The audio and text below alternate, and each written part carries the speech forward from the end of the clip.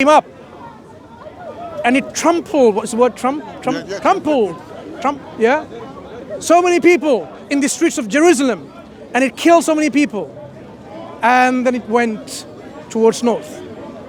If he wrote that, do you think he will be the only person reporting a dinosaur coming up from the ground, from a mountain hole? Or would there be lots of other people? Because this is an event, a phenomena of great magnitude. If a dinosaur came up from the ground here, really, T-Rex, and it squashed a lot of people, here, and you saw that, what will most people be doing? They'll try to save themselves and capture it in their phones and cameras. They won't be recording me anymore, any of those cameras. They'll be recording that dinosaur. So it is very highly unlikely that you would be the only person, Noah, to record this event of a dinosaur in Speaker's Corner today. And everyone else just goes home and says, we had a lovely day and nice discussion and so on. Famous. Right? And no one reports it. You expect event of this nature to be reported by multiple people. Guess what? Matthew mentions about zombies, in our understanding. Dead bodies of saints coming up from the graves and they're appearing to multitudes of people. No one mentions this. Not even Mark, not even Luke, or John, or Josephus. No one. If no one is mentioning such an event, we expect it to be mentioned, then the credibility of Matthew's mentioning this event is historically very unlikely. In fact, it's very fishy, according to the historians. Why? Because you would expect that to be reported by various other people in generations. They will talk to their friends and families and their children talking about their children. This is what happened. No mention of such things. So I gave you two examples why the accounts that you just read, because it's in the Bible, Holy Bible, it doesn't mean you have to take it as gospel truth and accept it. You should really question and say, how do we know the information they're providing is actually accurate and correct? Because this is going to determine my fate in this life and the hereafter. When the Quran, on the other hand, Noah, the Quran says, if you don't think this is a book from God, revealed to his slave, Prophet Muhammad sallallahu alaihi wasallam, produce a chapter like unto it. If you can't do it yourself, go and help and seek your helpers and protectors besides God. But if you cannot do it and you'll never be able to do it, then fear the fire whose fuel is man and stones. This is chapter 2 of the Quran. Muslims can look at this and say, okay, we've got a falsification test.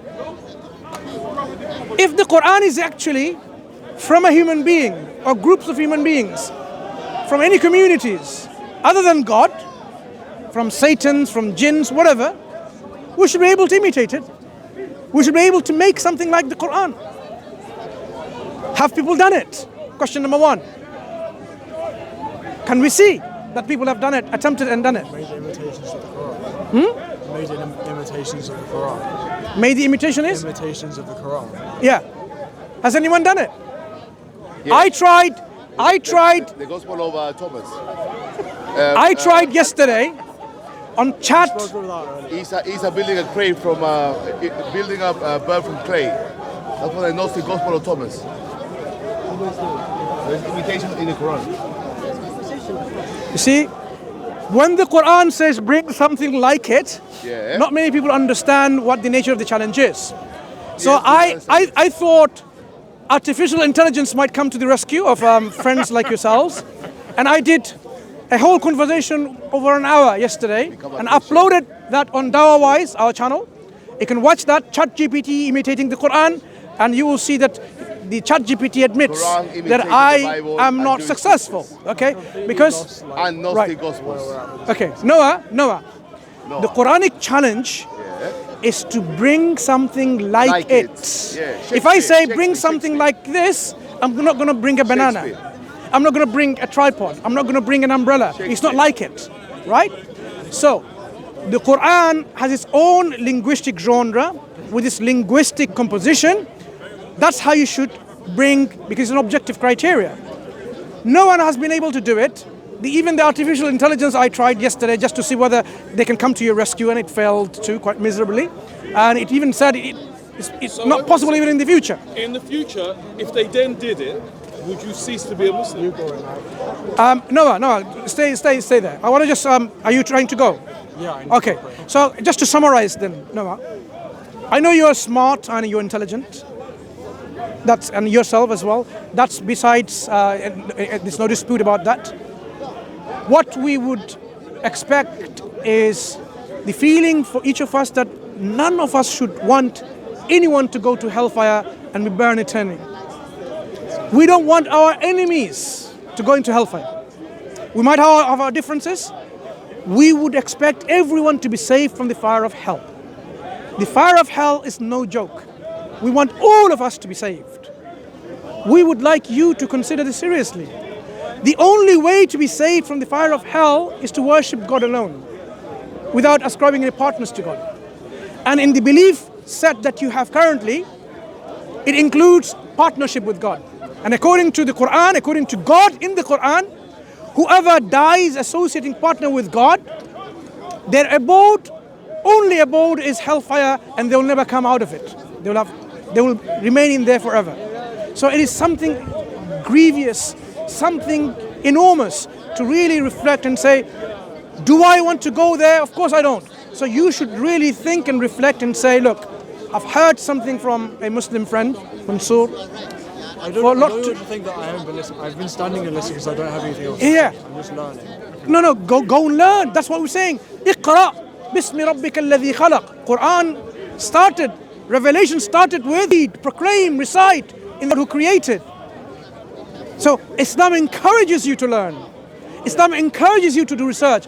Quran says go, fasiru fil ard, siru fil ard, fanzuru. Go and travel in the earth and see. If I was to become a Muslim, it would be as a result of my intellect. It would be a result of what's going on spiritually, what's going on in my heart.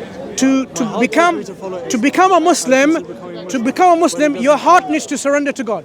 Yeah. And that surrendering has to be done sincerely. Yeah. That's what we agree. Yeah. So Based on knowledge. that's what I'm saying.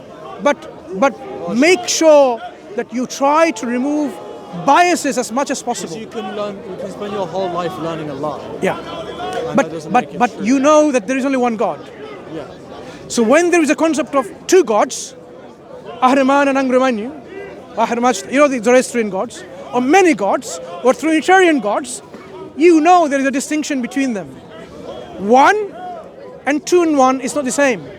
1 and 3 in 1 is not the same.